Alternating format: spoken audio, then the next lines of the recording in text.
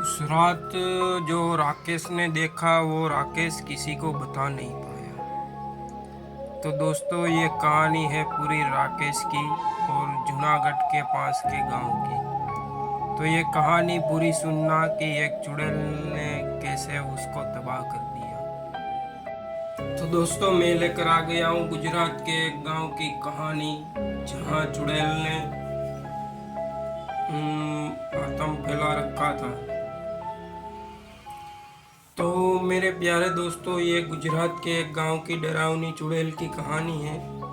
गुजरात के जूनागढ़ के पास एक छोटा सा गांव था रामपुरा। दिन में यह गांव बिल्कुल शांत और सुंदर रहता था, लेकिन रात होते ही यहाँ का माहौल बदल जाता था। गांव के बाहर एक पुराना बरगद का पेड़ था जिसके पास एक सूखा हुआ कुआं भी था। गांव वाले कहते थे कि वहां एक चुड़ैल रहती, लंबे बाल, सफेद साड़ी और उल्टे पैर वाली। तो दोस्तों आइए कहानी की शुरुआत करते हैं। एक बार गांव में राकेश नाम का लड़का अपने शहर से छुट्टियों में आया था। उसे उन कहानियों पर विश्वास नहीं था। एक रात उसके दोस्तों ने उसको चुनौती दी, पर हिम्मत है तो बरगद के पेड़ के पास जाकर देखा।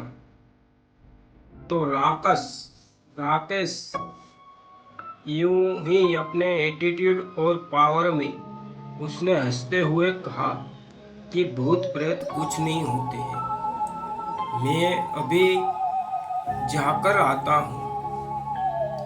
फिर उस डरावनी रात को दोस्तों क्या हुआ उसके साथ, आइए मैं आगे आपको बताता हूँ।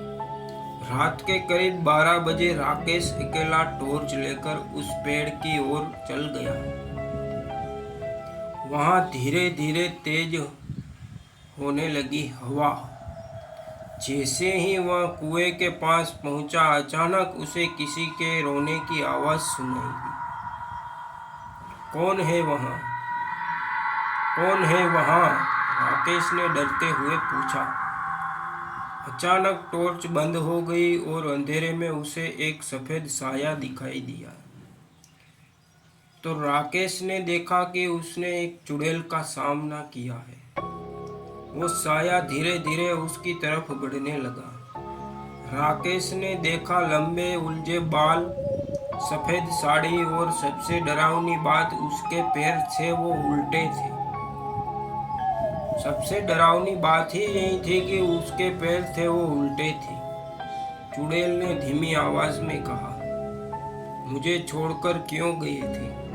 राकेश का दिल तेजी से धड़कने लगा और वो भागने की कोशिश करने लगा और भागने लगा, लेकिन उसके पैर जैसे वहां किसी से जम गए हो, किसी ने बांध लिए हो, ऐसा उसको अनुभव हुआ। अंत जो आज तक याद है, अगली सुबह गांव वालों को राकेश कुएं के पास बेहोश मिला। जब उसे होश आया तो उसकी हालत बदली हुई थी। वो बार बार एक ही बात कह रहा था, वो अभी भी वहीं है, वो मुझे बुला रही है। कुछ दिनों बाद राकेश अचानक गायब हो गया और कहते हैं अब रात को उस बरगद के पेड़ के पास 2 साए और दिखते हैं, और अभी उस गांव में वो वहां उस जगह पर कोई नहीं जाता है जहां राकेश ने जाने की हिम्मत की थी।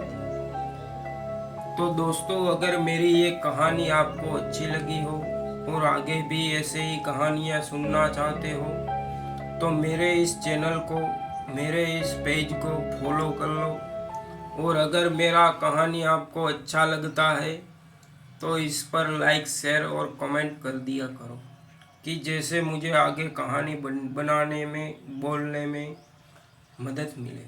तो थैंक यू दोस्तों आप सभी का मेरी ये कहानी सुनने के लिए। मिलते हैं अगली कहानी में।